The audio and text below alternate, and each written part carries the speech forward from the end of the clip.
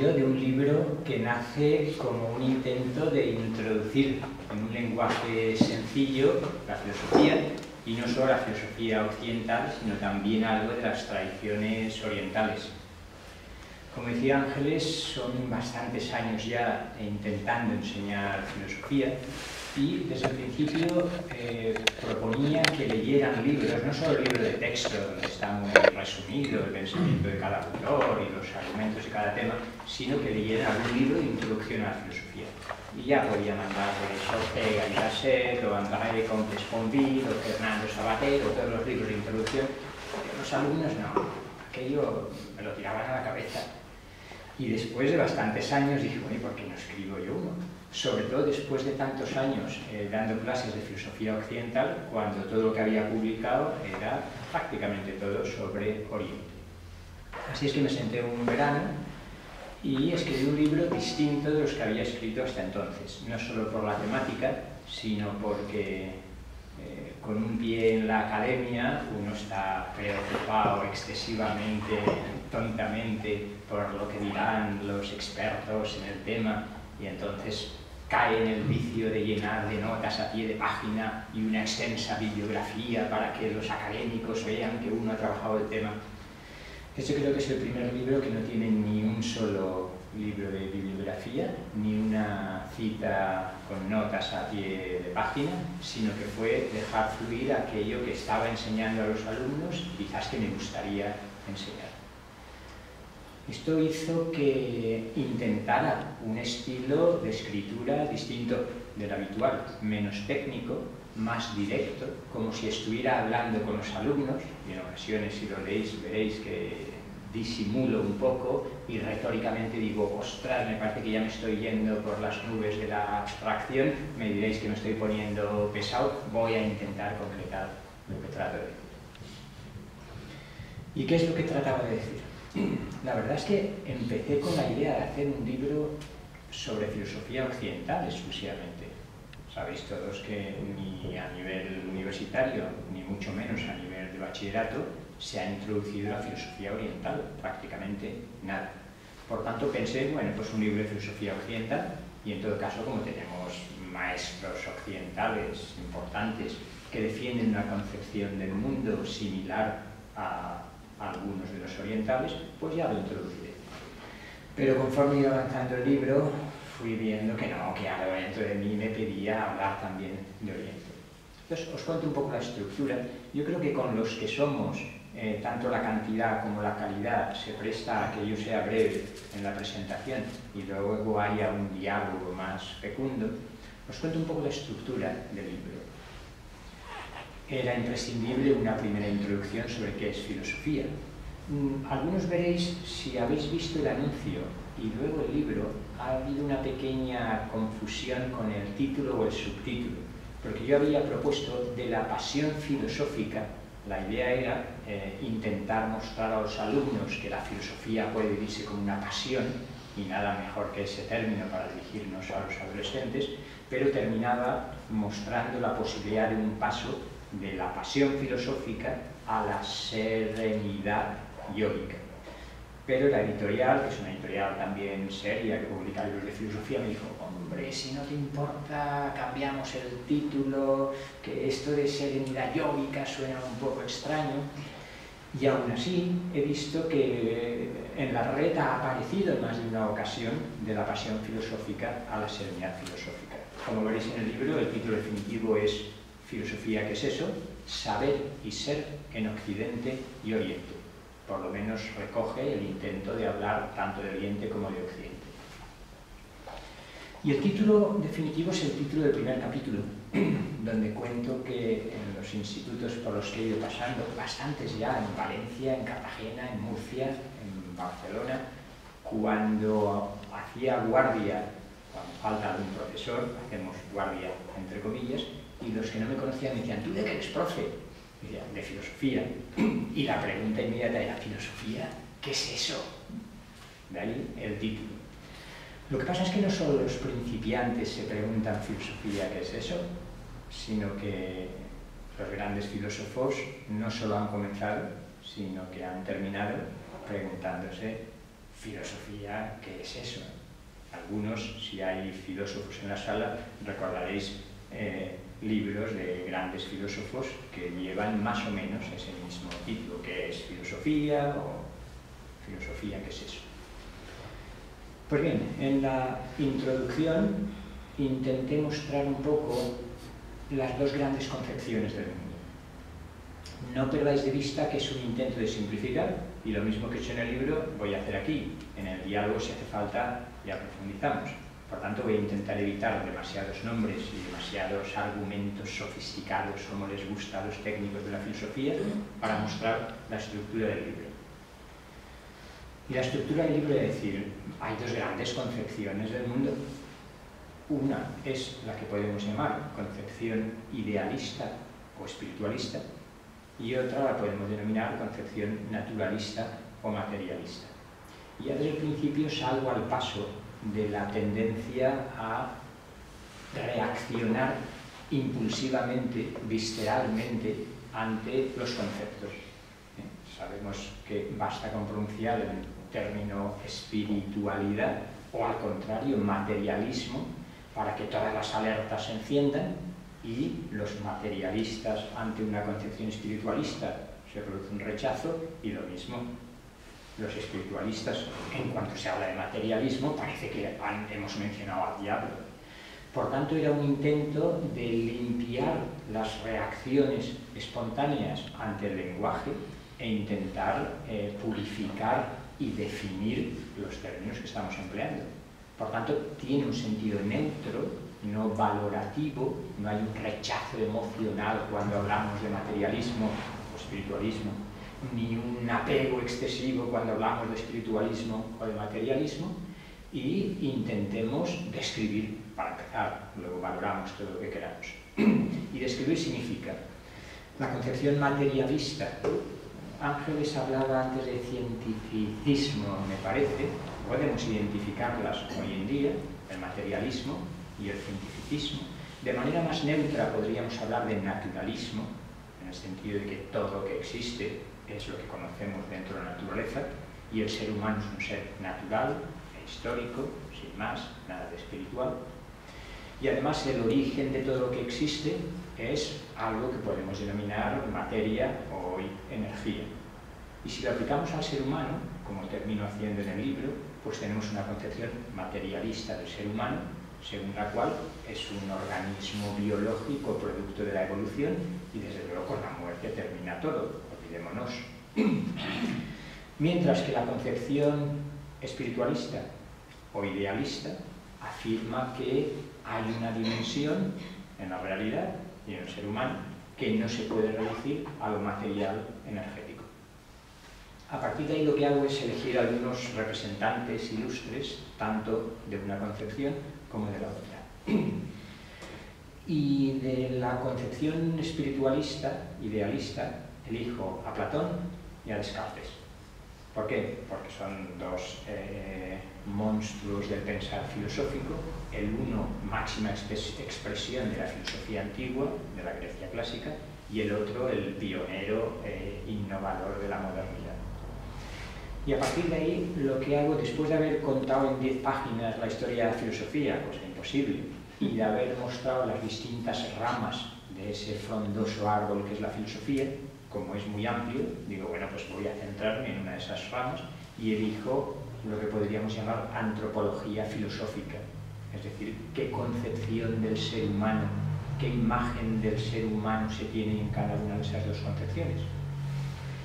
No voy a contar Platón y Descartes, no es el momento, pero sabéis que son ilustres representantes, por una parte de un dualismo, muy brevemente, la mayoría, aun los no filósofos, a lo mejor hasta recordáis lo poco que estudiasteis, y Platón decía, hay dos mundos, hoy diríamos dos dimensiones quizás, uno es el mundo sensible, material, que conocemos, que en realidad no es más que una especie de copia, de reflejo, de sombra, del mito de la caverna, de las verdaderas realidades a las que él, me parece que con poca fortuna, denominó ideas. Ideas que más bien son las realidades eternas, inmutables, son los arquetipos de las cosas de este mundo. Por tanto, idealismo, porque la verdadera realidad son las ideas y no las cosas materiales. En cuanto a esto lo aplicamos al ser humano, queda claro que en el ser humano hay también ese dualismo entre cuerpo y alma. Es curioso cómo el día anterior, en la presentación anterior, hablamos de la reencarnación y todavía mucha gente sigue creyendo que la reencarnación es una idea del oriente exótico. No, si está en los fundamentos mismos de nuestra tradición. Platón y ya antes Pitágoras y otros fueron firmes defensores de la reencarnación. No se entiende nada de la filosofía de Platón sin la idea de la reencarnación. ¿Por qué? Porque está afirmando que conocer, el verdadero conocimiento, no es más que recordar. Y es recordar lo que el alma, libre del cuerpo, ha contemplado o en vidas anteriores o en el periodo en el que no está encarnada, que es cuando vuelve a su hogar natal, a su patria o matria, y allí contempla directamente en su propio plano las verdaderas esencias de las cosas, las verdaderas realidades, las ideas, los arquetipos. Descartes, damos un salto del siglo IV a.C. al siglo XVII, comienza la modernidad, y Descartes dice, bueno, ya basta de dogmatismos religiosos y filosóficos, quiero ver lo que la razón por sí sola es capaz de conocer con certeza. Y aunque empieza dudando de todo, va a llegar a la conclusión de que esa primera certeza que todos conocéis, el célebre cogito ergo sum, pienso, luego existo. Existo al menos como sustancia pensante, res cogitans. Otra cosa es si además tengo cuerpo, porque el cuerpo puede ser parte de esa alucinación que Descartes está suponiendo que podría existir. Como quiere dudar de todo aquello, de lo que quepa la más mínima duda, para llegar a certezas absolutamente incuestionables, llega a dudar incluso de la existencia del mundo exterior.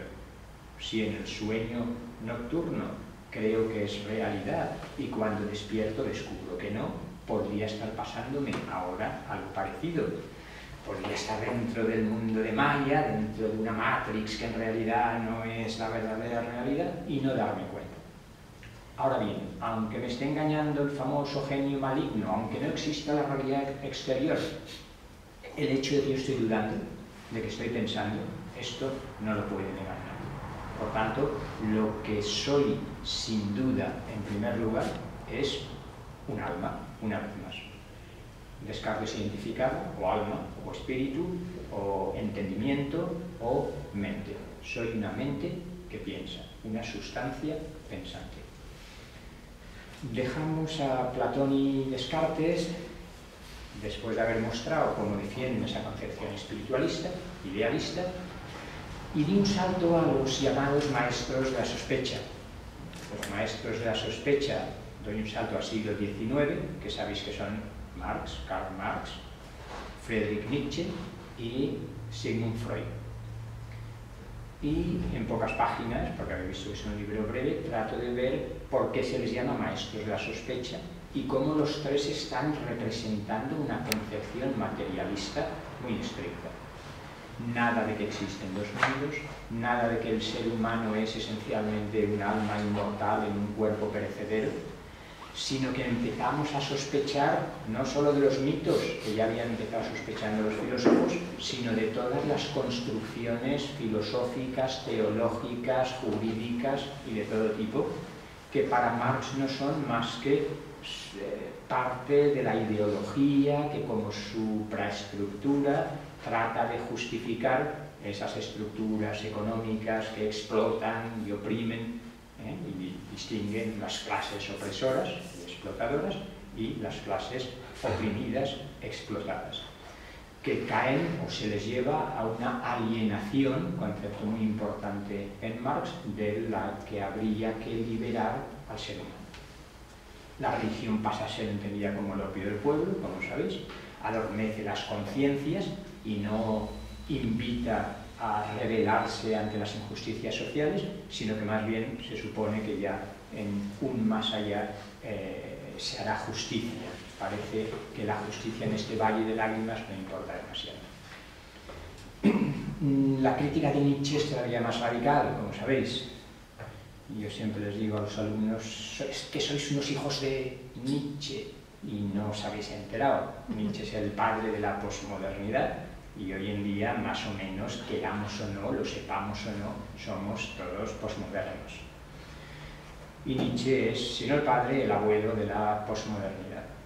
Nietzsche, que va a criticar con su lucidez en la frontera de la salud mental y la insania, aunque como digo en el libro no me gusta para nada recurrir y mucho menos reducir el genial pensamiento nietzscheano a su condición psicológica, Nietzsche, con una intuición luminosa, desmorona todos los fundamentos de la tradición teológica, filosófica, moral, científica y humanista de Occidente. La sospecha fundamental de Nietzsche, podríamos decir, es que el ser humano no es tan racional como hasta ahora se nos había dicho, que lo que mueve al ser humano no es la voluntad de saber, la voluntad de verdad, sino que en realidad es la voluntad de poder. No es la razón, sino la vida lo que rige la existencia de casi todos nosotros. Y por tanto, la moral que él llamará moral de esclavos, que predica la humildad y la modestia y el amor al prójimo, esto es una moral antinatural. Por tanto, sospecha de Nietzsche, el ser humano no es el zoon, logo, nehon, que decía Aristóteles, el animal que tiene logos, razón, sino que la razón es un apéndice irrisorio de este ser natural, una vez más, que es el ser humano, que quiere vivir, disfrutar y ejercitar su voluntad de poder, que sería la esencia de toda la realidad. Y finalmente Nietzsche, ¿qué decir de Nietzsche en dos palabras rápidamente también? Aquí rodeado de ilustres psicólogos, que vamos a decir de Freud y el psicoanálisis, hoy tan desprestigiado por otra parte, en algunos ambientes, no en todos.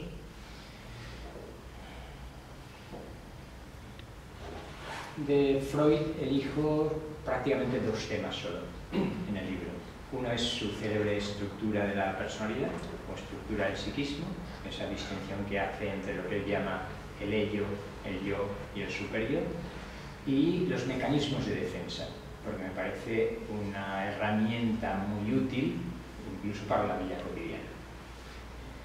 Brevísimamente, fijaros la imagen del ser humano que aparece en Freud, de tanto tratar con los neuróticos que acuden a su clínica, primero con los histéricos que no sabían qué pasaba cuando había un ataque histérico y se producía una parálisis o cualquier síntoma histérico, y Freud empieza a sospechar que, dado que no parece haber una causa orgánica, ya que a través de la hipnosis se puede suprimir, aunque sea momentáneamente, los síntomas, ha de tener una causa psicológica.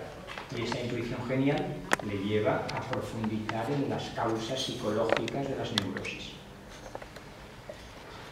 Y la imagen del ser humano que surge de ahí es la de una pobre cabecita débil y frágil que es el yo, aplastada por los impulsos del ello, los instintos del ello, sobre todo eros y tánatos, la sexualidad y la agresividad, podríamos decir, y por otra parte el superyo, transmitido por los padres, que son las normas sociales, las normas culturales, el perro de arriba y el perro de abajo, que decía Fritz Perls, fundador de la Gestalt, y entre la presión de los impulsos del ello y las prohibiciones del superyo, tiene que aparecer ahí una pobre cabecita que es el ego, el yo, intentando gestionar todas esas fuerzas psíquicas que se le vienen encima. Y cuando uno no es capaz de gestionar esas fuerzas psíquicas, esas energías psíquicas, curiosamente, paréntesis, el positivista, cientificista, naturalista, materialista Freud, hablándonos de fuerzas psíquicas y de un inconsciente nada demostrable científicamente, el caso es que aparece una imagen del ser humano como una frágil criatura inestable al borde de la neurosis, y que la cultura nos provoca este malestar. El malestar en la cultura es una de las últimas obras de Freud, y la religión no es más que una ilusión, como El porvenir de una ilusión nuestra, otra de las obras de lo que podríamos llamar filosofía de la cultura de Freud. No insisto más en esta estructura, pero que creo que sigue siendo muy válida. Hasta qué punto es capaz de dar cuenta de algunas de nuestras experiencias. Estoy excesivamente dominado por el super-yo, hay un exceso de represión, de inhibición, el padre severo que dirá Lacan más tarde, o hay una falta de estructura del super-yo, de la interiorización de las normas morales y sociales, y lo que rige es nuestra impulsividad. En cualquiera de los dos casos no hay un ego fuerte, racional, sino que nuestra conducta está motivada, está guiada por impulsos irracionales. Y para evitar la angustia, concepto fundamental en Freud, que provoca la emergencia de esos impulsos que, como no son bien vistos socialmente, necesitamos reprimir, en cuanto aparece esa angustia, porque surgen esos impulsos, buscamos algún mecanismo de defensa para evitarlo. La represión es ya uno de esos mecanismos de defensa. Y a mí el que más me parece digno de observar despacio es la proyección. No paso revista ahora de distintos mecanismos de defensa, pero como sabréis la mayoría nos pasamos la vida proyectando. ¿En qué consiste la proyección? La proyección consiste en que justamente aquello que no he reconocido en mí, llámesele sexualidad, llámesele agresividad, como se quiera, cualquiera de los distintos aspectos, si lo he reprimido porque me parecía algo horrible, en cuanto lo vea en otro, va a surgir casi por resonancia en mí, y como yo no lo soporto y no quiero reconocer que también está en mí, voy a proyectarlo en el otro y a criticar ferozmente al otro. Y aquí comienza la caza de brujas, individual, psicológica o hasta política. Uno siempre piensa, pero entonces, ¿qué pasa? Yo no puedo criticar cuando alguien está teniendo un comportamiento indebido porque me van a decir que estoy proyectando. No. Aquí la clave es que cuando se trata de una proyección, la situación me desequilibra y me saca de quicio. Yo puedo criticar perfectamente, puedo ver objetivamente que una persona es muy coqueta, por ejemplo, o que uno es muy chulo o muy creído, y puede incluso criticarlo, pero no hará que me zarandee toda mi estructura psíquica y me desespere queriendo combatir aquello de una manera extraordinaria. Un ejemplo muy claro. Sabéis que se han hecho estudios de cómo algunas de las personas que más rechazaban la homosexualidad se ha mostrado claramente que tenían impulsos homosexuales y eran los que más ferozmente criticaban a aquellos que vivían espontáneamente la homosexualidad. ¿Por qué? Porque no reconocida en ellas, porque socialmente no estaba reconocido, en cuanto lo veo en otro, voy a por él. Bueno, distintos mecanismos de defensa que nos vuelven a dar la imagen de un ser humano donde ni la moralidad profunda, porque la moral es una construcción social, ni la espiritualidad tienen ya ningún puesto. Por tanto, Platón y Descartes, ejemplos de concepción idealista espiritualista, Marx, Nietzsche y Freud, los tres maestros de la sospecha, representantes de una concepción materialista, si queremos llamarlo así, o naturalista. Pero claro, ya puestos en la psicología, pensé, bueno, que no voy a hablar solo de lo más conocido, que es esto.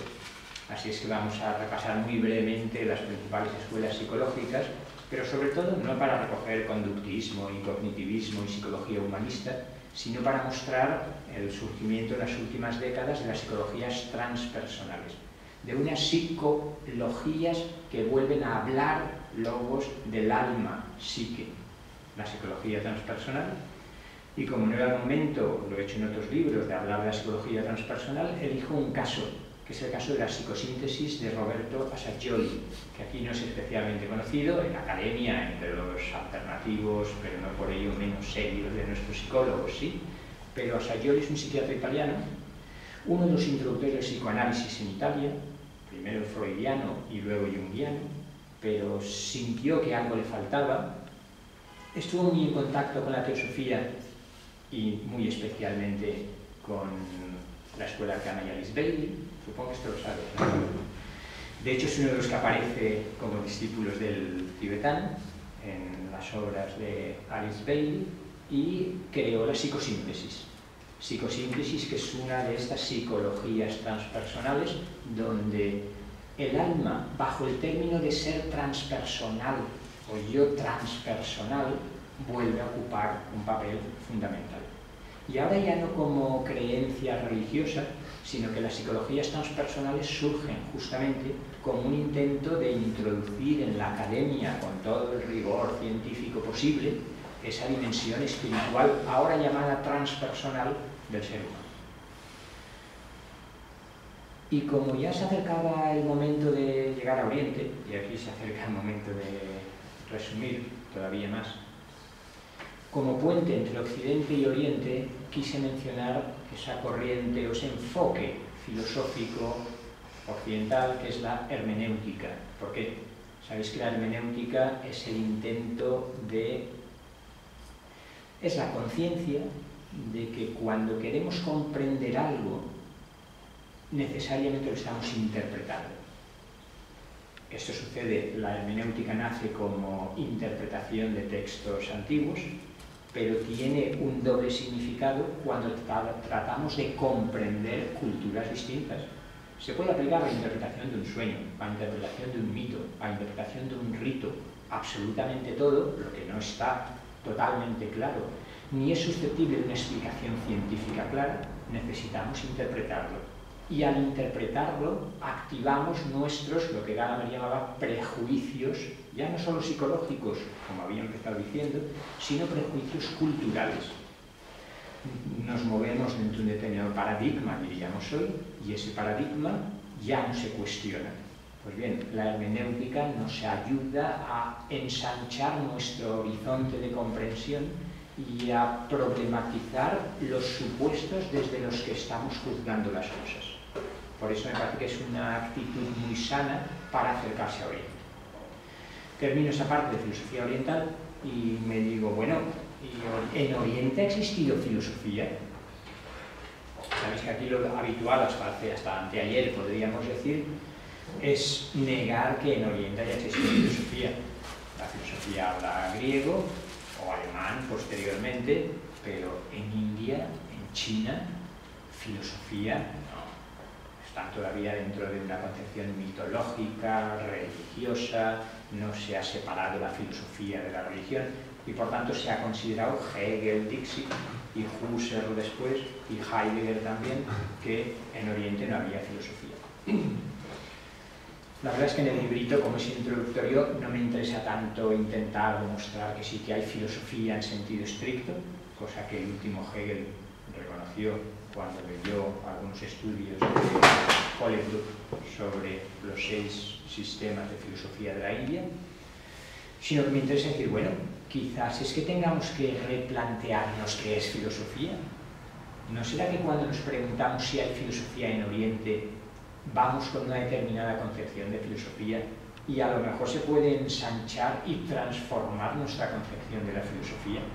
¿Acaso no ha terminado siendo una cuestión meramente teórica y habrá que transformar no solo la filosofía sino al filósofo?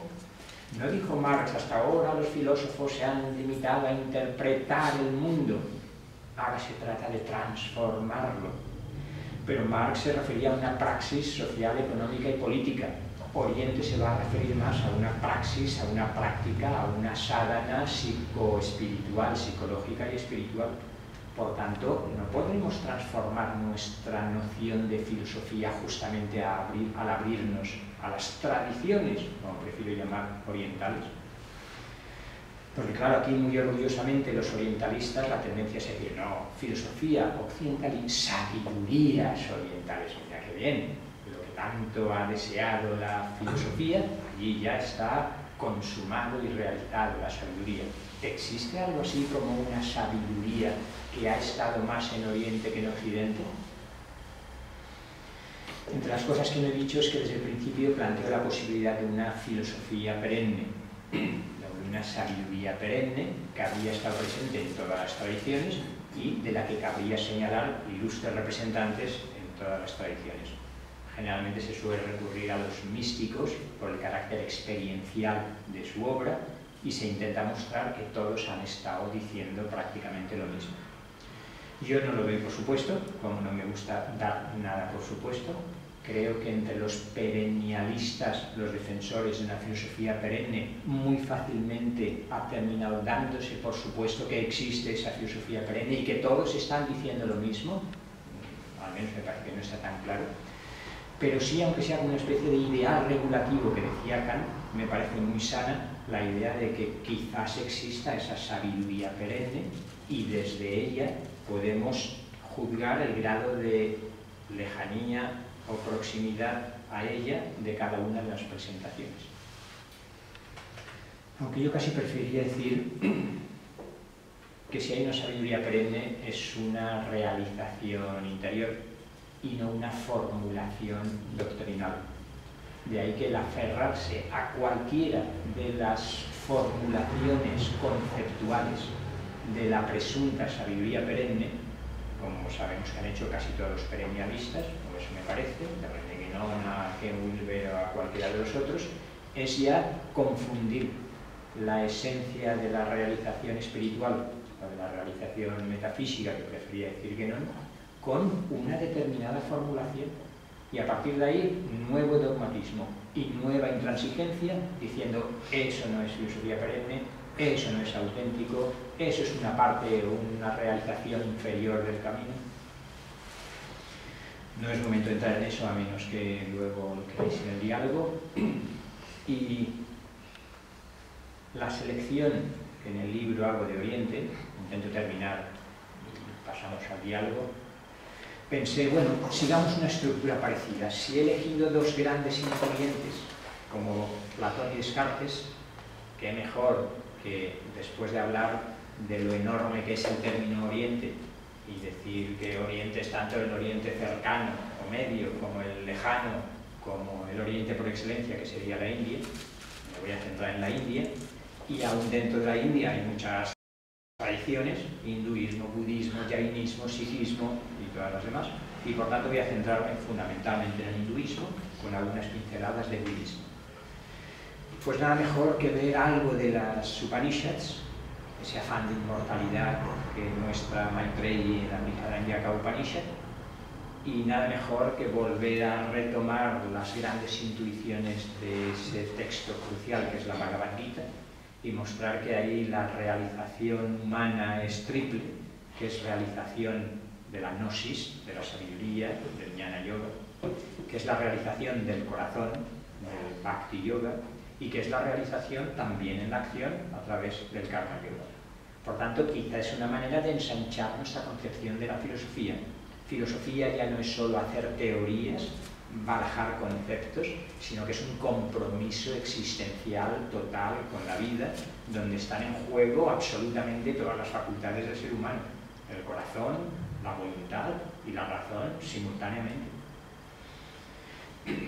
Y ya la última idea fue decir, vale, pues si Upanishads y Bhagavad Gita vendrían a ser como el equivalente de Platón y Descartes, y los maestros la sospecha, nos están invadiendo con su sospecha y sospechamos que hay demasiadas sospechas ya, vamos a mostrar que en Oriente tenemos maestros de la certeza, no solo de la sospecha, de la duda. La sospecha es la duda de que nos están engañando y de que no hay verdad posible. Volvemos a la polémica Sócrates-Platón, sofistas. Sócrates y un Platón convencido de que existe una verdad objetiva, un bien absoluto, y sofistas relativistas, escépticos, subjetivistas, críticos de esa presunta posesión de un saber objetivo. Y dentro de los maestros, lo que se me ocurre llamar maestros de la certeza, y fijaros que llamo de la certeza para los más críticos de la sala, y no de la verdad, porque tampoco quiero empezar suponiendo que sus certezas sean verdades objetivas, pero sí que intento mostrar que hay una sensación de que lo que estoy conociendo y diciendo es así, y que para ellos la duda ha quedado detrás y la sospecha ha sido trascendida. Y elijo, después de Upanishads y Bhagavad Gita como mundo hindú clásico, a tres contemporáneos, finales del 19 y primera parte del 20, que son Sri Ramakrishna, Sri Ramana Maharshi y Sri Aurobindo. Con 4 pinceladas, que ahora no voy a hacer ni 4 ni 3, recojo en qué sentido cada uno muestra esa certeza. Ramakrishna, la certeza de que la Madre Divina, bajo la forma de Kali, se le ha aparecido, está presente y guía su vida. Ese Ramakrishna que se caracteriza por la unidad y armonía de todas las religiones y por esa riqueza de experiencias espirituales vividas directamente por él, esa facilidad de entrar en un éxtasis en el cual el cuerpo incluso es olvidado porque está viviendo, quizás instalado en la conciencia suprema. Ese Ramana Maharshi que ha cautivado a tantos occidentales y no solo orientales por su profunda realización, por su instalarse definitivamente en el Atman y por empujar al buscador hasta el fondo de la pregunta ¿quién soy yo?, intentando trascender la mente e instalarse definitivamente en el Atman. Y finalmente Sri Aurobindo como aquel que no solo ha alcanzado esa realización espiritual central, sino que se ha tomado en serio la integración de los distintos aspectos del ser humano y la integralidad de su presentación. A mí siempre me llama la atención que estos dos ilustres sabios, que son Ramakrishna y Ramana Maharshi, en realidad rozaban el analfabetismo los dos. Y vuelvo a no decirlo como una crítica, sino más bien como una crítica al intelectualismo y academicismo occidental que ha confundido la erudición con la verdadera sabiduría. Ni Ramakrishna ni Ramana Maharshi son personajes de la inteligencia y de la alta cultura, y sin embargo a sus pies han caído cientos de buscadores y de intelectuales porque rezumaban la fragancia de la realización del Atman, que es Brahman. Sri Aurobindo sí que integra también la intelectualidad. Sri Aurobindo, por eso él mismo denomina su presentación Purna Yoga, un yoga integral, y Purna Advaita, un dualismo integral, y trata de combatir lo que considera presentaciones parciales de la India anterior. Y termino, porque se está alargando mucho, la conclusión muy breve, trato de pasar revista a lo que he dicho, invitando a ese paso de la pasión filosófica a la serenidad yógica. Serenidad, juego con un guión con el concepto de ser, que es una de las posibles traducciones de Atman, porque como me había centrado en la antropología, me había centrado en el ser humano, y lo que habíamos estado viendo es en qué consistía ser humano. Pero en el caso de Oriente encontramos que el ser humano es ser más que humano, porque el humano es la etapa provisional por la que estamos pasando ahora, pero esencialmente seríamos el Atman, el ser es mucho más que humano. De ahí da lugar una concepción de la filosofía mucho más integral, que tiene como horizonte una realización humana, espiritual, pero también humana integral. Y Sri Aurobindo, una vez más, me pareció uno de los más indicados para presentar ese enfoque, síntesis Oriente y Occidente, síntesis de lo psicológico y de lo espiritual, síntesis que integra también lo social y lo político. Algunos sabéis que fue un líder del Partido Revolucionario luchando por los derechos de la India frente al imperialismo británico y por tanto encarnó en su vida y en su obra, poeta fue también y fundamentalmente Sri Aurobindo, esa capacidad de integrar los distintos aspectos del ser humano. Estamos pues ante un reto para el filósofo también occidental, que consiste en transformar no solo la filosofía, sino padecer, gozar una transformación personal tan profunda como la que Sri Aurobindo expone en su triple transformación, una transformación anímica, una transformación espiritual y una transformación supramental. ¿Qué será eso? No voy a intentar explicarlo ahora, que creo que ya habéis soportado bastantes palabras. Invito a que empecemos un diálogo fecundo sobre vuestra concepción de la filosofía. Muchas gracias.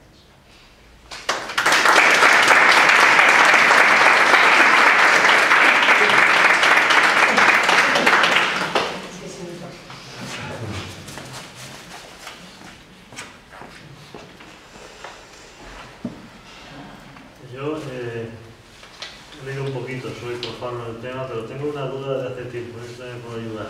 Leyendo los diálogos de Sócrates, él habla de la meditación, de la reencarnación, de qué manera si uno no se construye su alma o no cuida su alma o la desprende, llegando a todas las pasiones, te puedes reencarnar en seres inferiores.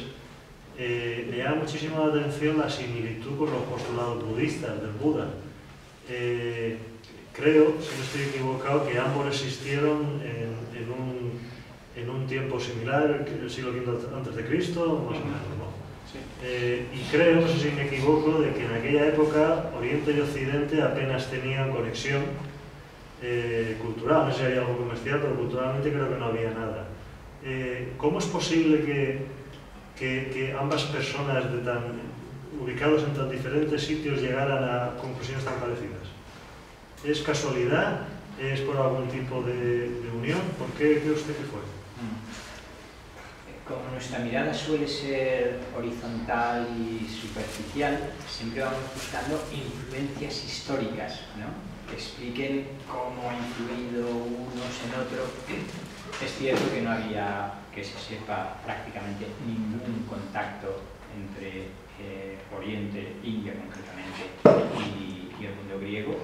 Probablemente fue a través de Alejandro Magno, discípulo de Aristóteles, a su vez discípulo de Platón, que había sido discípulo de Sócrates, cuando se llega a la India y aquellos filósofos que había llevado Alejandro Magno vienen diciendo que han conocido una especie de gimnosofistas, les llamaban, que andaban desnudos, que muy probablemente eran jainistas, eran de uno de los dos grupos jainistas, que van vestidos de viento, es decir, sin nada, y lo que recogen son 4 frases sueltas.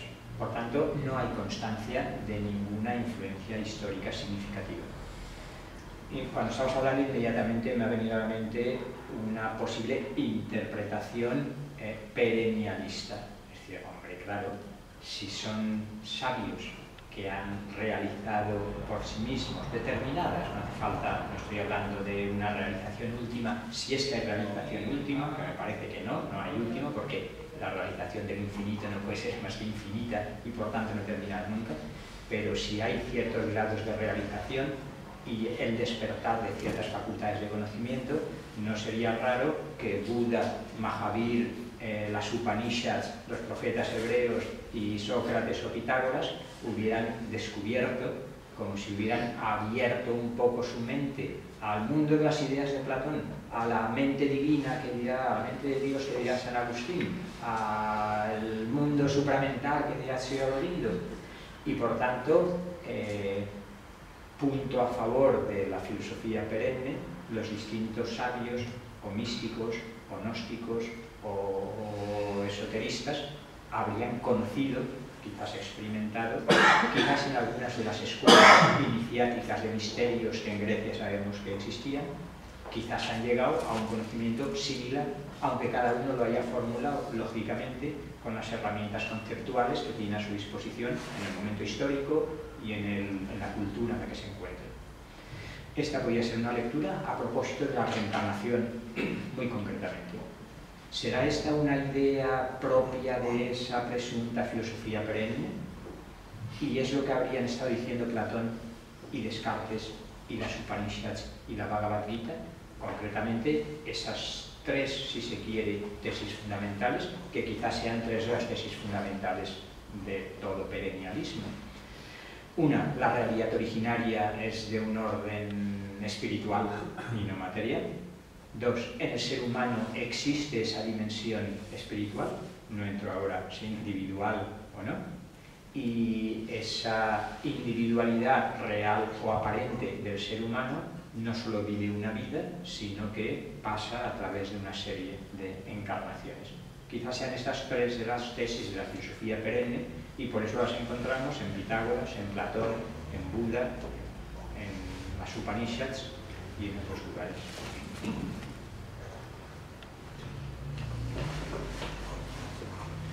A ver, a mí me parece que la filosofía de la Grecia antigua, Sócrates, Platón, Aristóteles, Epicuro y el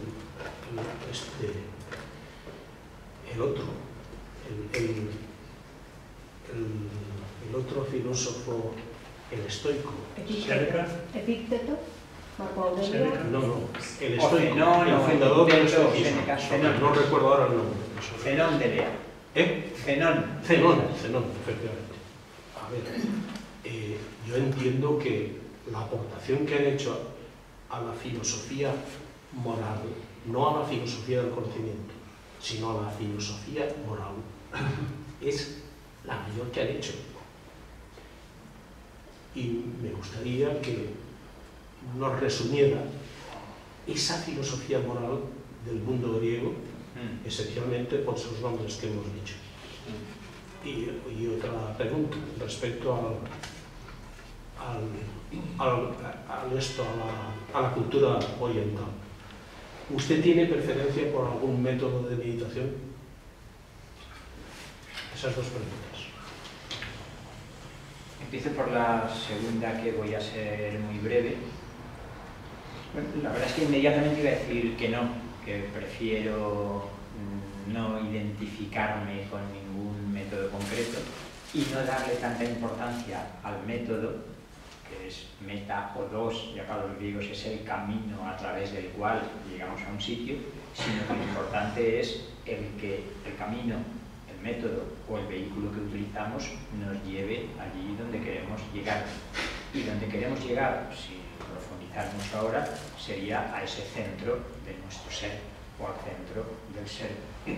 Por tanto, trascender toda identificación con lo parcial, con lo que ahora nos hemos estado identificando, llámesele cuerpo, mente, pensamientos o ego, sería lo más importante.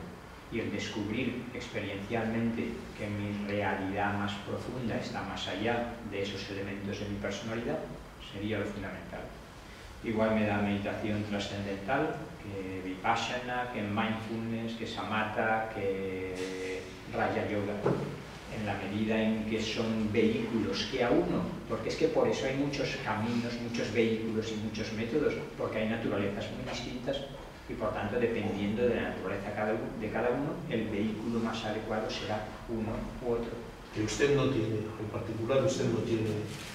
En particular, una de mis influencias fundamentales ha sido el yoga integral de Sri Aurobindo, y si tengo que elegir una sola meditación, o personalmente, aunque no la única, mi preferencia estaría por una meditación con una orientación que podríamos llamar propia del yoga integral de Sri Aurobindo.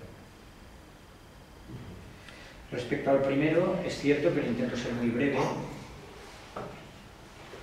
la genialidad de Platón en el campo moral, estamos ya. Fijémonos que en el mundo de las ideas, que son las realidades inmutables, que están más allá del espacio y del tiempo, están en esa conciencia no local de la que hablamos el otro día, conciencia no dual y conciencia no local, solo que hay una diversidad de ideas. Pues bien, en Platón la idea suprema, y en algún momento en la República llega a decir que el bien, noción moral por excelencia, está pequeña tesusías, más allá incluso de las ideas, en dignidad y poder. Es decir, que el bien es nada menos que la realidad última para Platón.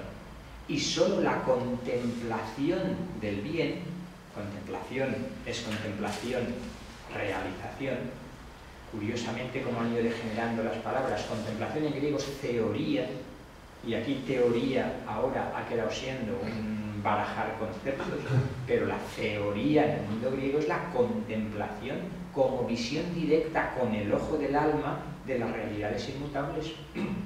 Pues bien, en Platón solo puede hacer el bien aquel que conoce el bien, el famoso intelectualismo socrático y platónico. Bueno, luego dirán, no, también se puede hacer el bien si yo creo a través de la creencia, si mi creencia es justa, mi acción también será justa. Pero yo no seré sabio. El sabio es el que ha contemplado las ideas y sobre todo la idea de bien. Más fundamentación moral de toda la ontología, incluso de toda la concepción real de la realidad, imposible. Y en Aristóteles es mucho más matizada y no menos importante la aportación a la ética. De hecho, la primera gran ética es la ética Nicómaco de Aristóteles. Y yo diría que ahí la pieza maestra está en esa concepción eudaimonista, eudaimonía se ha solido traducir por felicidad, que consiste en decir, bueno, todo ser humano busca por naturaleza ser feliz. Se empieza la ética a Nicómaco.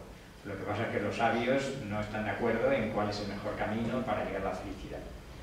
Pero ese decir, todo ser humano busca la felicidad y las virtudes,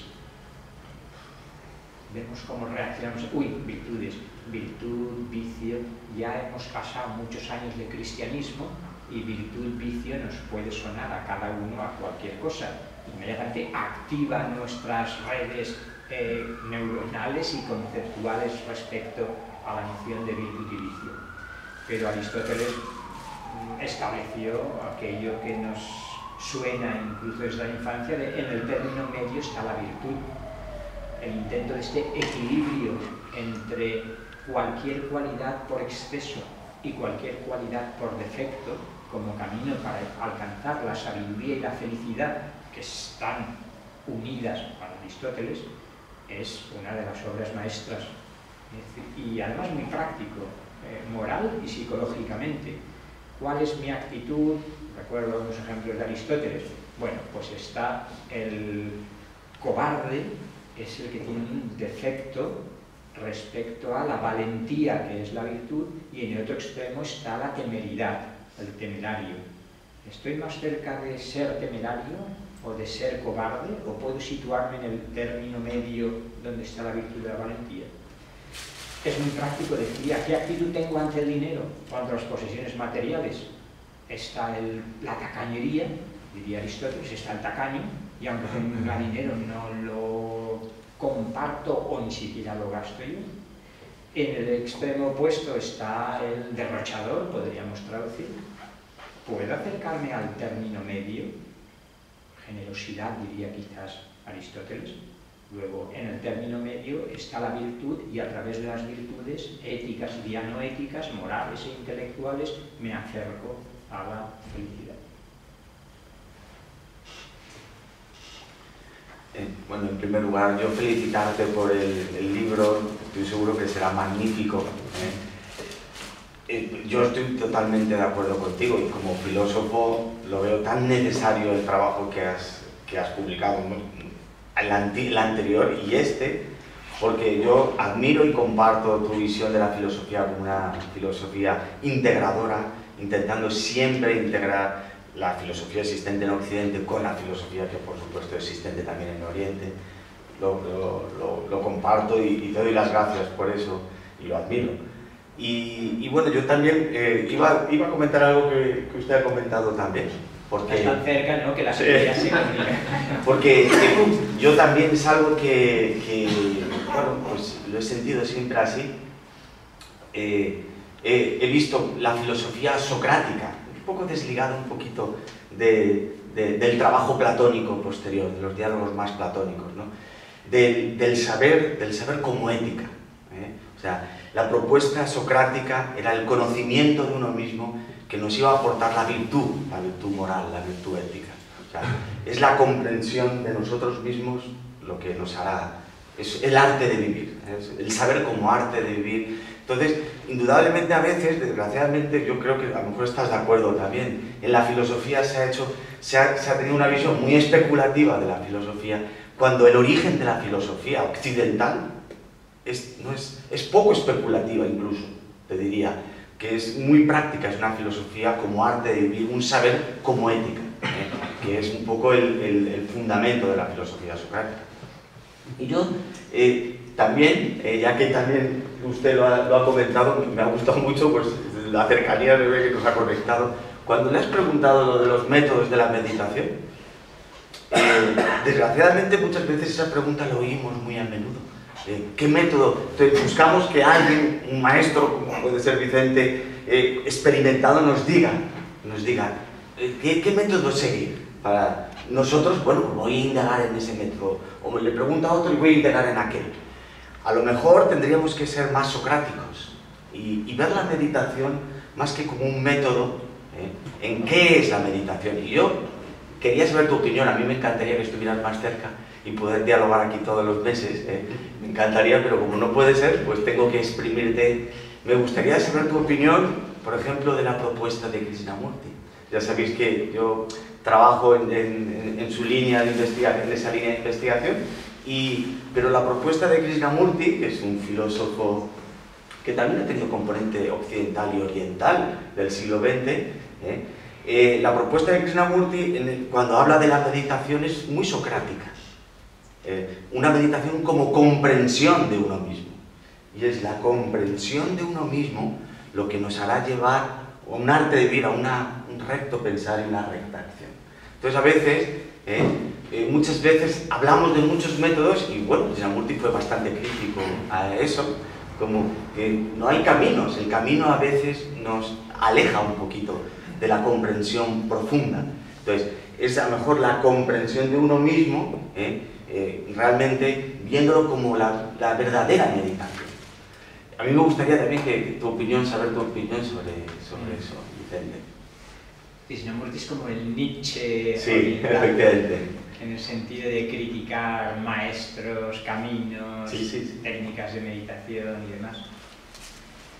Es un Buda contemporáneo en el sentido de que su orientación me parece que podría decirse, aunque parezca paradójico o extraño, que está más cerca del espíritu del budismo que del espíritu del hinduismo. Me parece que es uno de los que ha expresado perfectamente la experiencia de realización y de liberación que no dudo que había vivido. Y puestos a no ser tan unilateralmente apreciativos, diría que me da la impresión de que de tanto cargarse a todos los maestros y a todas las técnicas de meditación, el riesgo es que, y es lo que me ha parecido ver en muchos krishnamurtianos, como desde el principio han empezado con Krishnamurti, muchos nunca han practicado meditación en serio, y como lo que él dice no es fácil, ese descondicionamiento en la vida cotidiana, el riesgo que veo es que ha cerrado posibles vías que para mucha gente pedagógicamente podrían ser muy oportunas.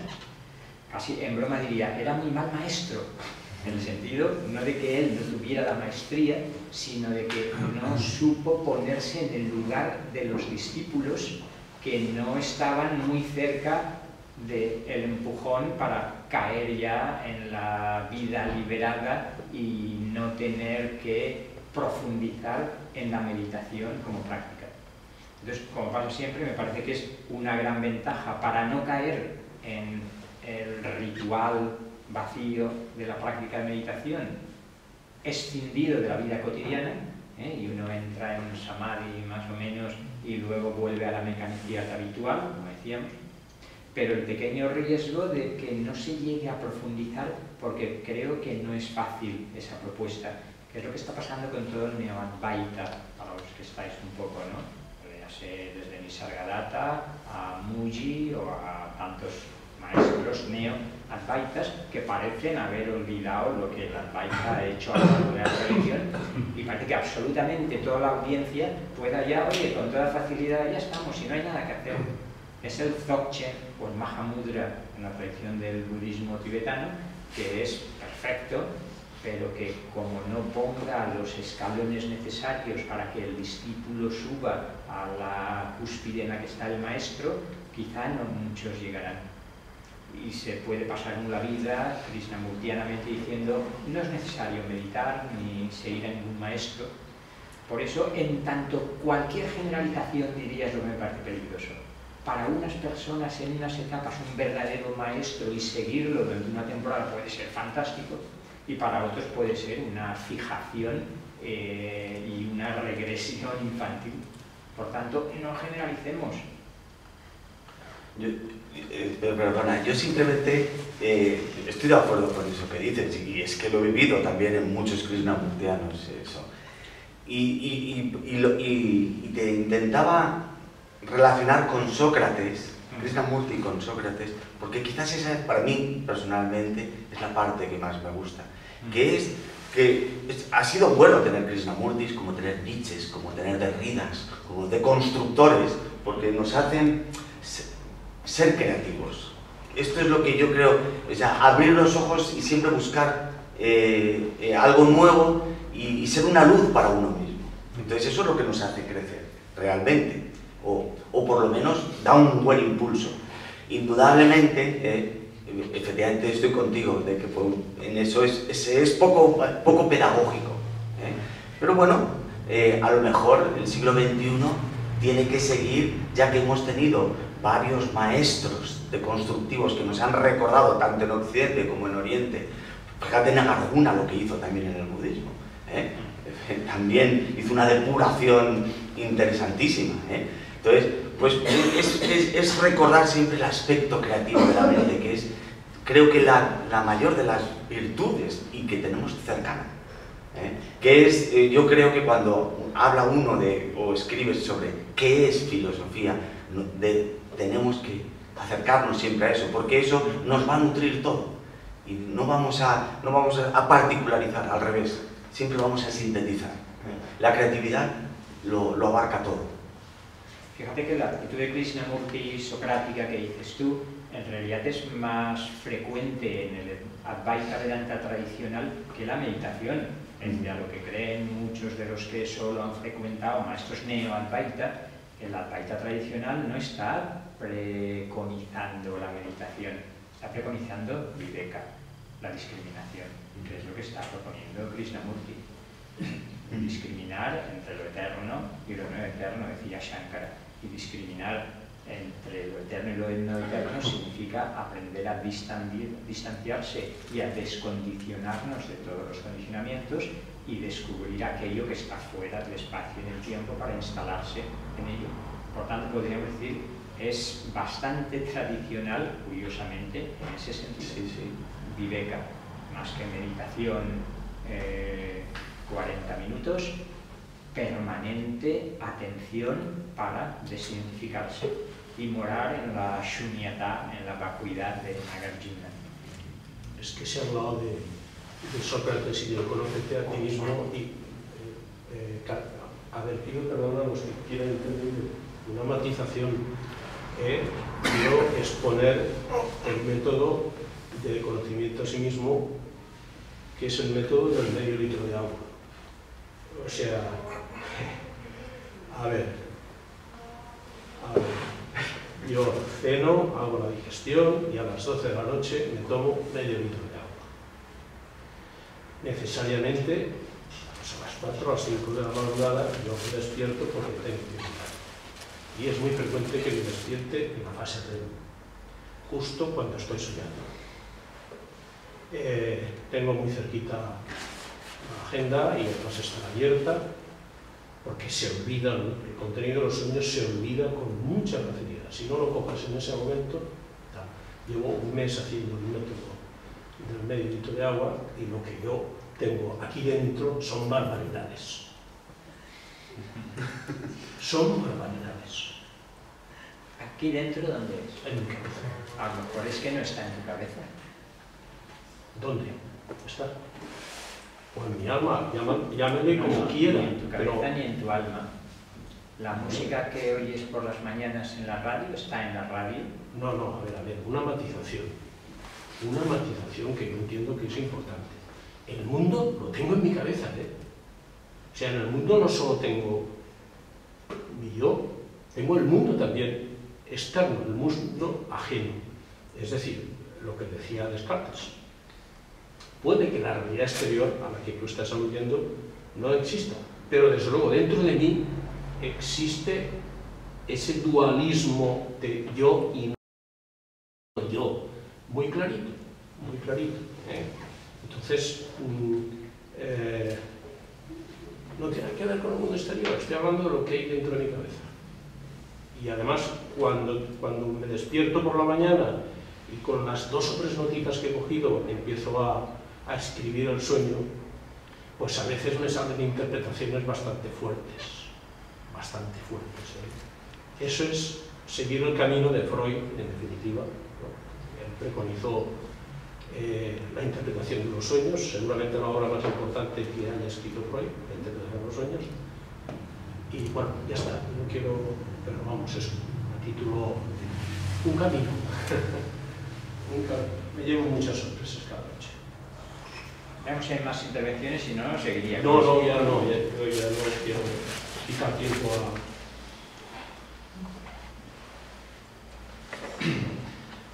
Yo añadiría lo que ha dicho el compañero. En realidad, en este momento, alguien puede decir, algún filósofo, algún psicólogo, alguien puede decir que realmente interpreta los sueños. Yo creo que no. Yo creo que se han hecho muchos intentos, pero hoy por hoy se desconoce cómo se producen los sueños y lo que significan. Por lo tanto, no sabemos si eso está dentro de nuestra cabeza, no sabemos si es una construcción que se produce mientras estamos durmiendo, no sabemos por qué se produce esa construcción. Es decir, que yo no asociaría como que eso que hemos soñado tiene algo que ver conmigo. De hecho, yo, muchos de los sueños que tengo, bueno, esto conmigo no tiene nada que ver. Sencillamente no sabemos cómo se producen, no sabemos de dónde vienen ni a dónde van. Lo que pasa es que nos cuesta mucho reconocer esto de que no sabemos, ¿no? Por aquí iba cuando insinuaba, creo que no entendías en qué sentido, que quizá no esté en ti. Fijaros que inmediatamente volvemos a lo que decía que es el hilo conductor. Depende de qué concepción tengamos del ser humano, diremos que estos contenidos de nuestro o del inconsciente son parte de mí y me pertenecen en una medida o en otra. Porque una vez entramos en el mundo psíquico y en el psiquismo inconsciente, las fronteras no están nada claras. Por tanto, lo que estaba sugiriendo es que, por una parte, no nos identifiquemos con aquello que está apareciendo en los sueños, y en eso te decía, quizás no esté dentro de ti. Y por otra parte, porque ¿qué noción de ti tienes para pensar que esos contenidos te pertenecen como algo importante, que caracterizan, que es algo que te constituye, y no son captaciones? Ponía el ejemplo, la metáfora del receptor. Tu cerebro podría ser, o tu mente, sin identificarla con el cerebro, una antena capaz de registrar y transmitir contenidos, pero que propiamente hablando no te pertenecen. Y esta actitud es muy distinto. Si yo me estoy identificando con los contenidos de mi subconsciente, mi actitud probablemente va a ser distinta a una actitud en la que eso lo veo aparecer, como quizás veo aparecer los pensamientos que tampoco sé ya si me pertenecen y proceden de mí, o simplemente, igual que los sueños, los estoy captando de esta atmósfera psíquica en la que me encuentro, en la que me baño, de la que participo y de la que soy co-creador. Por tanto, ahí la actitud que yo tenga es muy distinta. Recordaba ahora una imagen de Sri Aurobindo que dijo algunas cosas sobre Freud también, diciendo, bueno, me parece bien el descubrimiento del inconsciente tal como lo enfoca Freud. Lo que pasa es que es como un juego de niños y es entrar en la selva llena de animales peligrosos con una pequeña linterna y además convencidos de que estamos descubriendo algo muy importante. Habría que entrar en los contenidos del inconsciente con una luz mayor, con la luz del supramental, decía Sri Aurobindo, y sin identificarnos con esos contenidos de nuestro, iba a decir bajo psiquismo, pero no hace falta, esos contenidos psíquicos que no tengo por qué cultivar. Si sabemos que la energía sigue al pensamiento y que aquello a lo que prestamos atención y aquello en lo que ponemos nuestra intención está creciendo y desarrollándose, quizá un buen método es el decir neti, esto no soy fundamentalmente yo. Y puedo intentar comprenderlo. Esto no significa que una vez más yo quiero ignorar mis contenidos inconscientes, pero la actitud es distinta. Es una actitud meditativa, podríamos decir, aplicada también a los sueños. Una especie de sueño lúcido, si se quiere, en el cual yo lo estoy viendo, pero no me estoy identificando y no estoy diciendo esto es mío, sino yo soy esto, no esto. Pero bueno, aquí hay un mundo fascinante de los sueños y me parece perfecta tu intervención. Ni interpretación freudiana, ni junguiana, ni demás. De hecho, yo creo que la tendencia contemporánea en la Gestalt se ve muy claramente, no es tanto ofrecer una interpretación como ayudar al paciente, cliente, buscador, casi preferiría hablar otro término, ni paciente ni cliente, no sirve ya. Al buscador que ha venido a consultarme, le ayudo a que él interprete su propio sueño. No tengo yo la interpretación sexológica o del inconsciente colectivo y los arquetipos, sino que le ayudo a ver, que él vea con la mayor claridad posible qué significa para él ese sueño concreto, porque solo él lo puede relacionar con el resto de su vida, y externa e interna. Sí. Con respecto a lo que estáis diciendo de la interpretación de los sueños, o sea, una interpretación de los sueños es real, es correcta, cuando coincide con la vida conductual, mental y emocional de la persona. Es decir, os voy a poner un caso. Una persona me contó un sueño y es que tenía, y el sueño era repetitivo. Tenía las ventanas de su casa y las puertas abiertas y entraban gitanos y se lo robaban todo. Previamente yo ya había un poco observado a esta persona y más o menos diagnosticarla, si bien yo no hago diagnósticos, yo solo describo síntomas y no pongo etiquetas, porque no me gusta. ¿Por qué? Porque no hay una mente que sea fija para siempre. La mente va evolucionando, la persona va evolucionando, y lo que hoy es una esquizofrenia, mañana puede no serlo. Y me da igual que me hablen del gen de la esquizofrenia. Pero como también hablan del gen del amor, pues ya no te llegas a creer a estos psiquiatras, ¿no? Entonces, esta persona no sabía poner límites. Su hijo le sacaba todo el dinero que quería. En fin, así era toda un poco su vida, ¿no? No sabía poner límites, no tenía sentido su vida, lo dejaba todo abierto, el mundo es bueno, todo es de todos, y bueno, pues el inconsciente lo que hace en este momento, o ese ser interior, es que te está avisando de que hay algo que no está funcionando en tu vida, que hay que poner orden, porque te ha creado angustia el sueño, porque lo más importante del sueño es la emoción que te produce. Esa emoción que te produce el sueño, si es angustiosa, hay que observar ese sueño, escribirlo y ver qué te está diciendo relacionado con tu vida cotidiana. O sea, el sueño lo tenemos que integrar en el consciente. No tiene que ser un sueño para evadirnos de la realidad, al igual que la meditación o al igual que cualquier otra actividad. Desde el momento que realizamos una actividad que nos evade, hoy había en el Facebook una pregunta de, bueno, tú la conoces, Maribel Rodríguez, ¿la espiritualidad es de locos o es de cuerdos? ¿Representa locura o cordura? Bueno, la mayoría de la gente decía cordura, otros locura. Pues bueno, cuando esa espiritualidad nos evade de la vida cotidiana, diaria, del aquí y el ahora, puede conducirnos, a mí no me gusta llamarle locura, pero sí al desequilibrio. Porque hemos desequilibrado el mundo interno y el externo. Y tenemos un mundo interno que nadie lo puede negar. Hasta hace poco lo negaba la psicología científico-materialista. Lo negaba, ahora ya no se atreve a negarlo, porque pensamientos tiene todo el mundo, emociones tiene todo el mundo, sentimientos, hasta hace muy poco tiempo, estamos hablando de 30 años nomás. Entonces, esa dualidad, que es el mundo externo y el interno, en el fondo no hay dualidad, en el fondo es todo uno, porque no hay dualidad, porque lo que me está representando ese sueño es que yo tengo que cambiar. Luego, esa imagen externa que veo en ese espejo del sueño es un reflejo de lo mío. Entonces, ¿dónde está lo tuyo y dónde está lo mío? ¿Dónde está el otro y dónde estoy yo? O sea, ¿quién puede sobrevivir solo sin que no sobreviva la humanidad?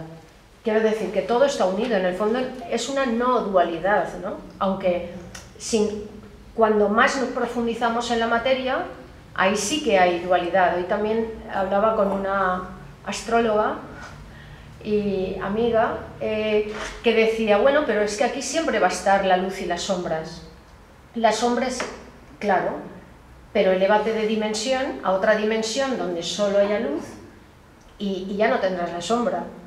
Aquí siempre va a haber luz y sombras, pero si nos elevamos a otra dimensión y recordemos que todas las dimensiones están aquí, esto ya lo dijo Nietzsche, ¿no?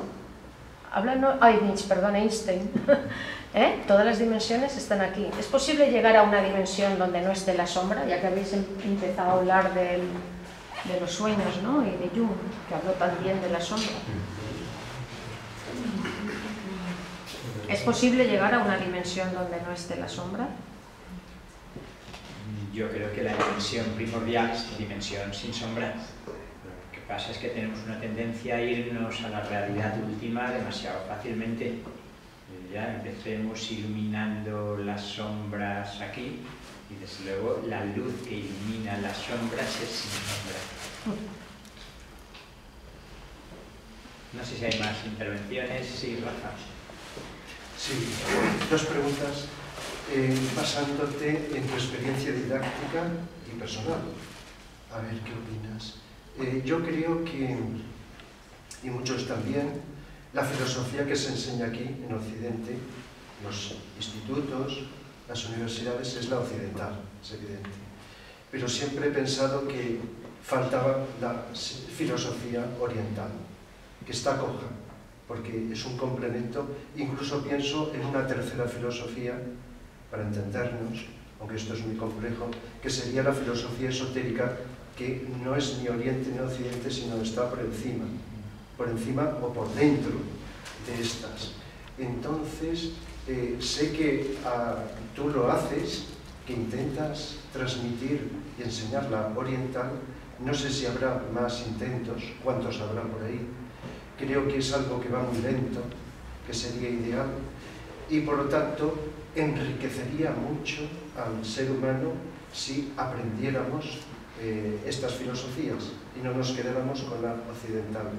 Y la otra es, que tiene que ver con esta, es que siempre he pensado que la filosofía es muy teórica, igual que pasa con la psicología. Lo que estudiamos de psicología teórica prácticamente no sirve. Todos los psicólogos hemos tenido que aprender después o antes otras psicologías que son las útiles y prácticas.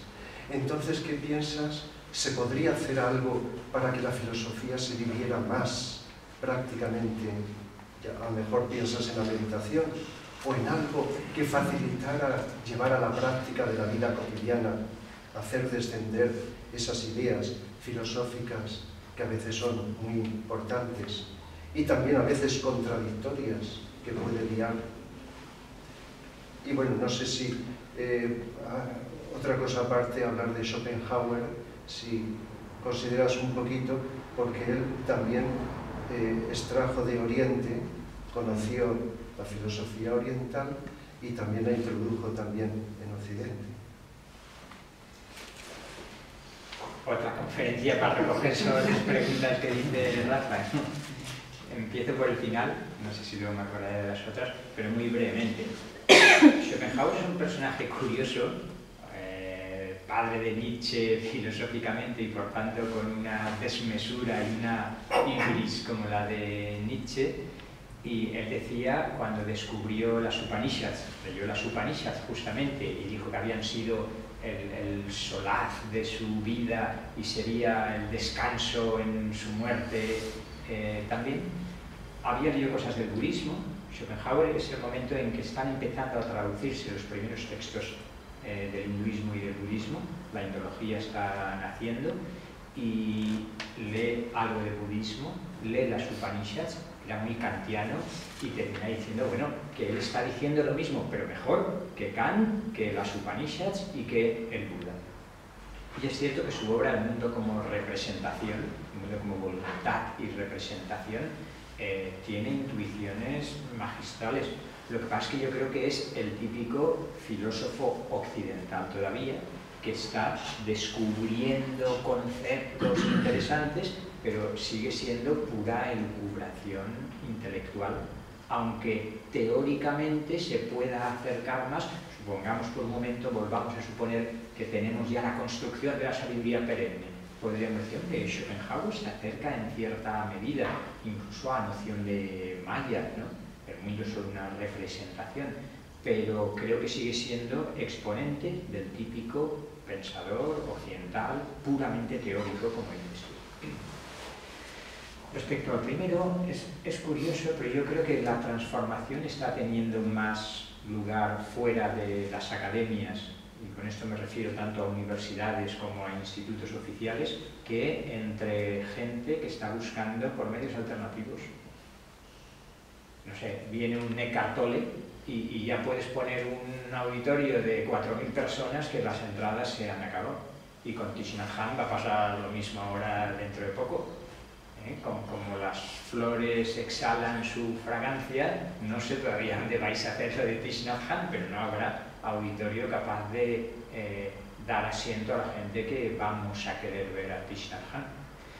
Quiero decir con esto que, o cualquiera, otro de los nombres que os podéis imaginar, la gente, mucha gente está tan ávida de una filosofía práctica tan profunda, que como no se le está ofreciendo en el ámbito académico, la está buscando donde sea, en el yoga, en el tantra, en el esoterismo, en 1000 avenidas distintas, pero que todas ellas están prácticamente fuera de las academias del saber.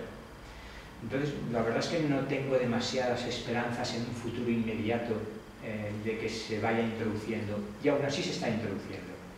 Sé de casos concretos, hay un equipo trabajando en Zaragoza de pedagogos que están en escuelas, sobre todo de primaria, pero también de secundaria, y tienen unos programas de meditación muy integrados.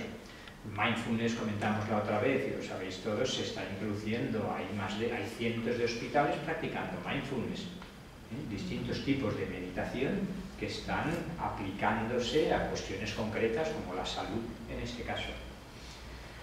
Digamos que, bueno, no soy especialmente optimista respecto a la introducción inmediata de estos saberes teóricos y prácticos en las academias, pero que tampoco me interesa mucho, porque quizá esas formas ya no son válidas para expresar la nueva filosofía, la nueva vida, y el agua, el río está corriendo por otra parte, y el que busque el agua del río sediento la va a encontrar, y probablemente no, como vosotros mismos decís, en la psicología, si es a nivel psicológico, pues no en el cognitivismo académico, sino quizá en la psicosíntesis, en la gestalt, en las constelaciones familiares o en la psicología esotérica. Por tanto, pues me da igual, tanto peor para las instituciones académicas si no son capaces de abrirse a lo nuevo. O en la psicología positiva. O la psicología positiva, que es la que más se está acercando a un enfoque académico, digamos, ¿no? La que más aceptación tiene. El grupo de Zaragoza que ha trabajado, hecho un programa muy completo, es básicamente a partir de la psicología positiva, como enfoque. O sea que hay signos, pero insuficientes para los que desearíamos que la impregnación de la espiritualidad más o menos mística, más o menos esotérica, fuese mucho mayor a nivel cultural, social y académico. Y no sé cuántas preguntas me dejo de las que has dicho, pero si quieres, a lo mejor Manuel responde algo. Sí, me ha gustado la aportación de Rafael cuando ha hablado del esoterismo entre la filosofía occidental y la filosofía oriental. Te recuerdo una presentación que hace el tibetano, cómo ha habido un movimiento desde Oriente a Occidente. Toda la filosofía oriental la hemos recibido con verdadera ansia, pero hace también una una reflexión muy interesante. Cuando tú has hablado, la reencarnación es una cuestión filosófica. ¿Existe o no existe? ¿O reencarnamos o no reencarnamos? Como yo soy de otra filosofía que no creo en la reencarnación, yo no me reencarno. O sea, reencarna uno, crea o no crea en la filosofía. Entonces, él habla de que precisamente dentro de este criterio evolutivo que hay en el planeta, ha habido reencarnaciones de seres humanos orientales que han venido a Occidente. De modo que Occidente está ahora presentando una visión que viene de arriba, pero con un bagaje mental muy poderoso. Y lo que yo entiendo es que hay una cuestión que problematiza hasta la filosofía según el nivel, y es que se habla de que la mente es la matadora de lo real. La mente, cuando empezamos a pensar, si estamos en la mente concreta, creamos conceptos que nos aplicamos a nosotros mismos, creamos el yo-idea, y a partir de ese momento estamos en el error. Por tanto, llega un momento en que lo que tenemos que hacer para conseguir lo superior es eliminar, no dar cuestión a la mente concreta. Y cuando una idea la traduces a pensamientos, la estás estropeando. De ahí que Krishnamurti diga, no hay camino, yo no voy a decir ningún camino, cada uno que se lo busque. O Buda que dice, la rectitud, los ocho nobles senderos, que todos es recta sabiduría, recto, pero no te dice qué es lo recto. O dentro de los estoicismo te dice el plan evolutivo, pero no te dice cuál es ese plan. Lo hemos de descubrir nosotros. Y la idea es, vamos a subir de la mente a lo supermental, y de lo supermental a lo supramental. En ese sentido ahora estamos encarnando para este gran cambio gente que ha encarnado muchas veces y está a punto de que aflore la percepción de lo supermental. Y vendrá no por orientaciones de esta corriente filosófica de la otra que viene a través de libros o academias, sino por una percepción superior.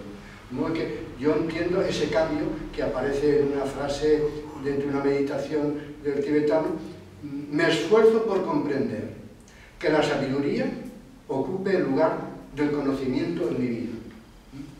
Por tanto, esa filosofía es captar las ideas y registrarlas, interpretarlas correctamente según la pureza de mi mente, que estará en relación con la pureza de vida.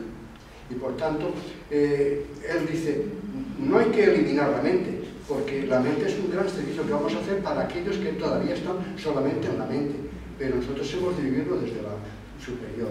Y una de las cosas que dice cuando habla de la sabiduría, que pone 8 notas respecto a la sabiduría, es decir, que ha de haber una reacción intelectual ante cualquier referencia, porque si yo ya no tengo el yo-idea, yo ya no creo en los yo-ideas de los demás. Tú estarás hablando desde tu estructura personal y separativa, pero yo no creo en ello. Yo he de tener una actitud de comprensión, es decir, de que tú eres una expresión de la realidad, igual que lo soy yo. Y esa comprensión de la realidad sería lo superior. Por tanto, yo entiendo que ahora nos estamos acercando, porque viene el nuevo día, nos estamos acercando a la filosofía viva, al conocer la verdad, porque nos vienen percepciones intuitivas. Nuestro paso sería el saltar de la mente a lo supermental, que diría la terminología esotérica al alma, y desde el alma pasar a la actividad espiritual al plano intuitivo. Y ahí en el plano intuitivo es donde viene el conocimiento directo de la verdad por identificación con ella y por aportaciones que nos vienen a la mente como ideas. Estoy de acuerdo, y eso Platón ya lo dijo cuando hablaba de la intuición. La intuición es el conocimiento claro y directo de las cosas, sin interferencia de ondas, de pensamientos y de todo lo que circula por ahí.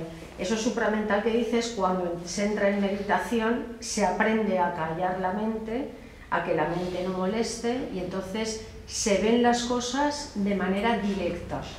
Y entonces es una experiencia directa. Nadie te puede decir, y este es el sexto sentido que yo creo que en estos momentos estamos desarrollando. Muchas personas están enfocadas ahí.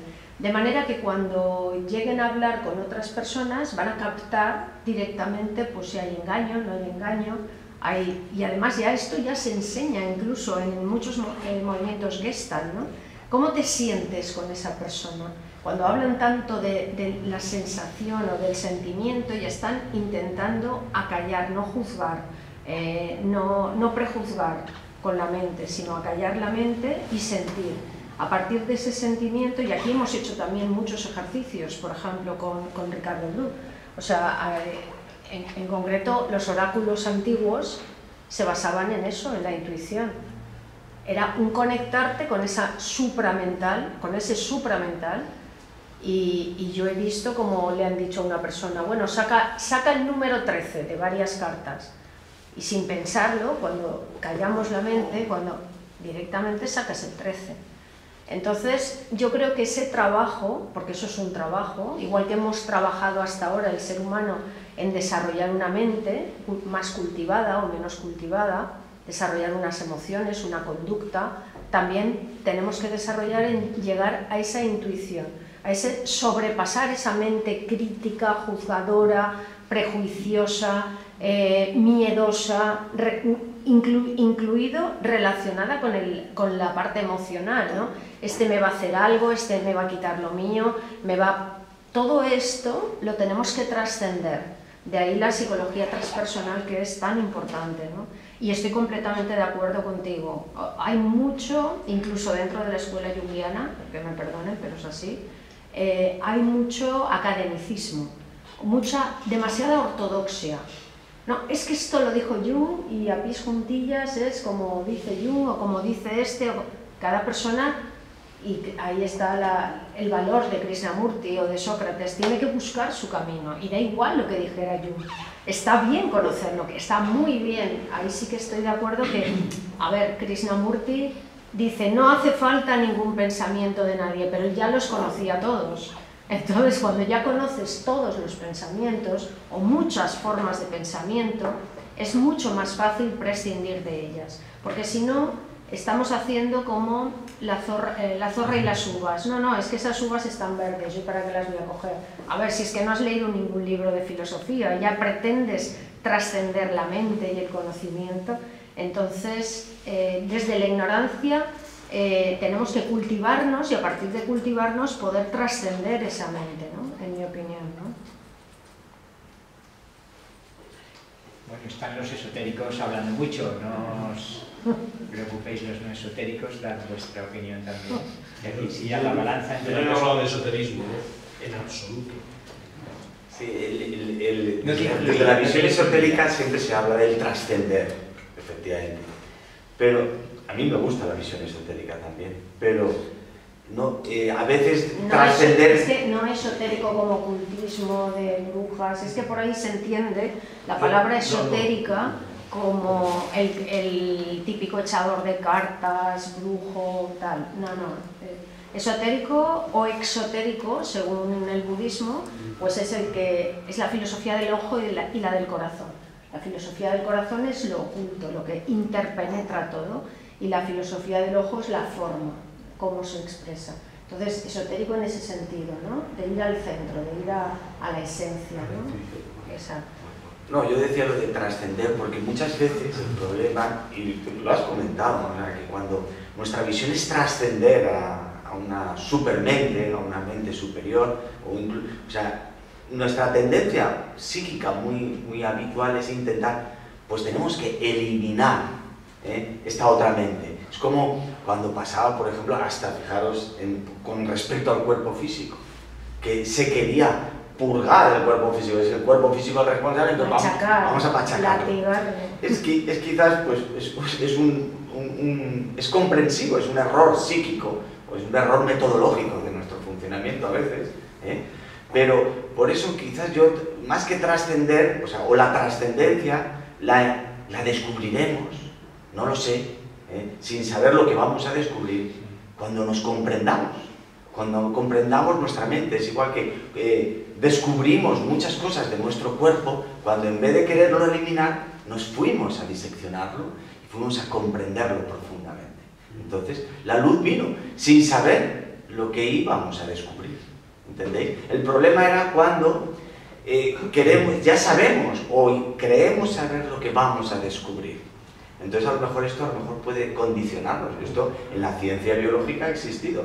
Fijaros que han quemado a anatomistas o bueno, en españoles y en todo el mundo porque descubrieron algo distinto a lo que se creía que era la verdad. Entonces ese es el pequeño problema que yo veo. Entonces ya veremos qué descubriremos. El esoterismo no es trascender, es también integrar. Sí, no. Precisamente una de las cosas que choca más es que cuando se llega a la cuarta iniciación, entonces se destruye el cuerpo causal, desaparece el alma y desaparece también el ego, la unidad mental. Entonces, ¿qué ocurre? Lo que no desaparece es el cuerpo mental, el cuerpo astral y el cuerpo etérico, porque a través de ello la realidad espiritual o la realidad única se expresa con unas vibraciones acordes a todos aquellos que esa banda sí que la están viviendo. De modo que actualmente el cometido puede ser llegar a vivir la unidad de la familia humana al eliminar el yo-idea, el yo separativo, pero que llegará un día en que también nos integraremos o integraremos al reino animal, al reino vegetal y al reino mineral. Por tanto, integrar todo. Si después cuando tú profundizas en esa filosofía, en la filosofía esotérica, efectivamente te das cuenta que es totalmente integradora.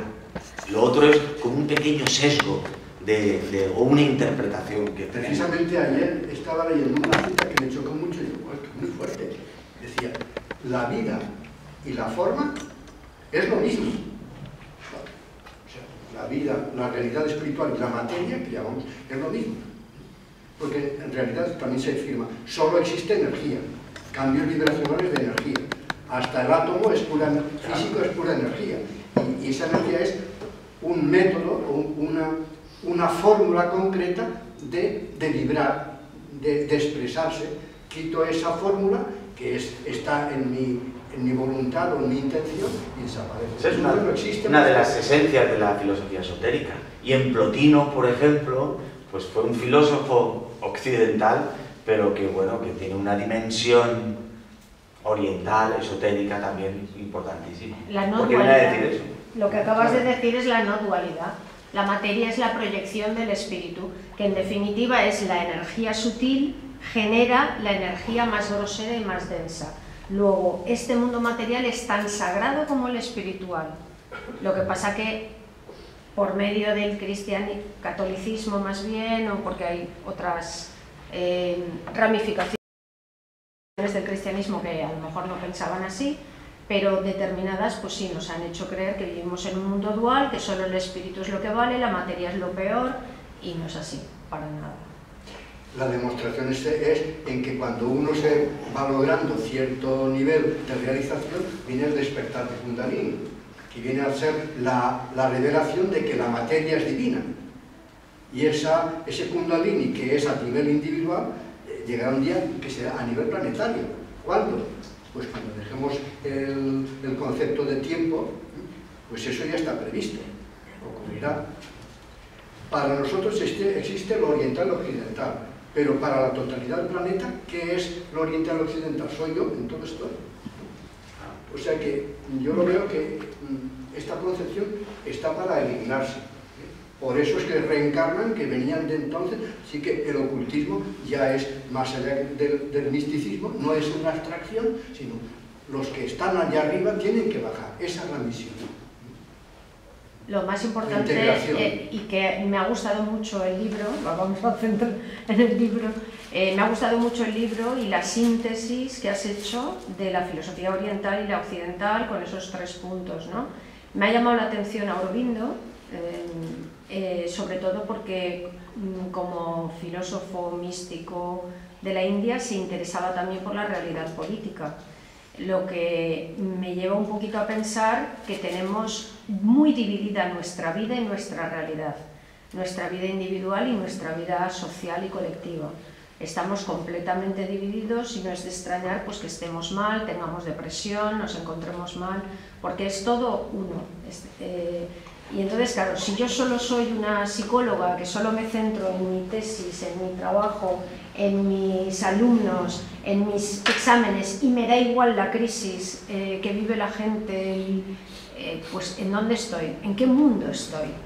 ¿Realmente estoy en el mundo? ¿Realmente tengo una conducta objetiva? Entonces, en ese sentido, habría un poco que integrar mucho más todo. De hecho, la filosofía era la síntesis, la madre de todas las ciencias. Y recordemos en el Renacimiento un Leonardo da Vinci, a todos los filósofos del Renacimiento, que eran ingenieros, que eran médicos, que eran... o sea, todas las ciencias estaban integradas en la filosofía.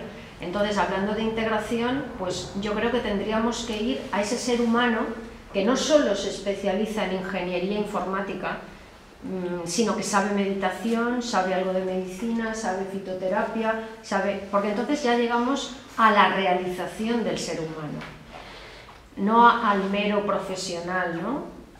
Partido, ¿no? Que es en casa funciona de una manera, en el trabajo de otra. Pero respecto a lo que usted decía, la materia de alguna manera, si la dejamos, no nos lleva a la pasión, al vicio, y si no está controlada desde un punto de vista más espiritual, no tenemos dentro como una especie de naturaleza animal o instintiva que nos puede llevar a la perdición. Bueno, lo que pretende el esoterismo es precisamente elevar la vibración en que consiste la materia. No que ellos, en esa concepción de devas solares, devas lunares, los devas lunares, que son los que constituyen la materia y tienen una tendencia involutiva, separativa, pueden ir elevando su vibración si nosotros estamos dominándolos. El primer dominio que hacemos es el de nuestros cuerpos. Nuestros cuerpos sutiles están hechos de materia. Y nosotros, a través de la disciplina de la vida, vamos cambiando esto. Y al final llegamos a la pureza de vida. Igual que ocurre con nuestro propio cuerpo, mental, astral o etérico, habrá un momento en que tendremos cuerpos mentales, astrales o etéricos grupales. Y la vibración irá ascendiendo. Por eso podrá desaparecer el alma, podrá desaparecer la personalidad, pero no desaparecen los cuerpos sutiles porque lo que queremos es la revelación. Es decir, que hasta lo más material se suba de categoría. De modo que al final no habrá en el planeta materia o sombra, sino todo será una luz, y una luz tan potente que dice su señal se extenderá e influirá más allá del sistema solar. Todavía esto no lo podemos captar, pero así. Ahí hay dos tradiciones muy importantes, que es la del budismo y la tradición egipcia. La tradición egipcia venía a que todas las partes materiales se permanecieran en el tiempo, por eso embalsamaban los cuerpos, no tenía que desaparecer nada. Ellos hablaban en vez de 4 cuerpos, de 9 cuerpos, y solo el 9º cuerpo era el que se reencarnaba. Pero ellos querían alargar ese proceso y que no desapareciera ningún cuerpo. Por eso embalsamaban. Tenían un gran conocimiento del alma en contraposición con otra filosofía ancestral, la del budismo, que es todo lo contrario. Desaparecer cuanto más rápido mejor toda la parte material para que esa alma vaya de donde procede, dijéramos, al lugar de donde procede. Es muy interesante. La verdad es que cuando empiezas a profundizar en otras filosofías que no son las occidentales, nos creemos que somos muy soberbios en Occidente y nos creemos que que sabemos más que nadie, ¿no? Y estos pobrecitos indios andrajosos que no saben nada. Cuando realmente empiezas a profundizar en la filosofía ancestral de la India o la egipcia y dices, madre mía, el conocimiento que tenían, pero si aquí estamos... Somos nosotros los que estamos en andrajos mentales, directamente. Y la prueba está que vas a estos países y la gente tiene una alegría de vivir, los niños, la gente en general, por mucha pobreza que tengan, en Egipto, en todos estos países donde se viven todavía, aunque se viven solo las secuelas, ¿no? Lo que queda de esas filosofías ancestrales, pues hay una alegría pues que no la hay en Occidente, por ejemplo, ¿no? De hecho, Jesús fue iniciado en Egipto por los sabios de la época, por los grandes maestros, ¿no? Que ya me lo cuentan las escrituras. Exacto. O sea que, bueno, tendría mucho que decir. Mucho. De hecho, Ricardo Bruch trajo el tarot egipcio que no tiene nada que ver con el tarot de Marsella que conocemos, fue una derivación. El tarot egipcio son unos jeroglíficos y parten de los 22 nomos o ciudades o provincias que están a lo largo del río Nilo o el río de la vida, ¿no? Y esos 22 nomos vienen a ser los arquetipos de los que tú has hablado antes, ideas universales que están en ese inconsciente colectivo y que nos están influenciando a todos, ¿no? Bueno, Muy ya ven interesante. ustedes dónde hemos llegado desde La filosofía nos lleva muy lejos, en el tiempo y en el espacio. Nos lleva muy lejos, en el tiempo y en el espacio, la filosofía. Gracias por enseñarnos a filosofar. Ha sido una delicia escucharte, desde luego Sí. he disfrutado en cada momento, porque qué resumen tan claro, Tan qué síntesis bueno. tan fina, qué maravilla. Sí, sí. Eso ha sido vuestra presencia atenta. Yo estaba aplaudiría cada frase que hacía. Sí, sí, sí, sí. Muy bueno, muy bueno. Si yo Y era aplaudía, difícil, ¿quién ¿eh? escuchaba? Filosofía, que es eso, que sí, era difícil. Tendrías que presentar un libro todos los meses. Y así. O venirte directamente, te estoy invitando a que vengas aquí, por lo menos a dialogando con Krishnamurti. Bueno, gracias por vuestra presencia. Gracias a ti.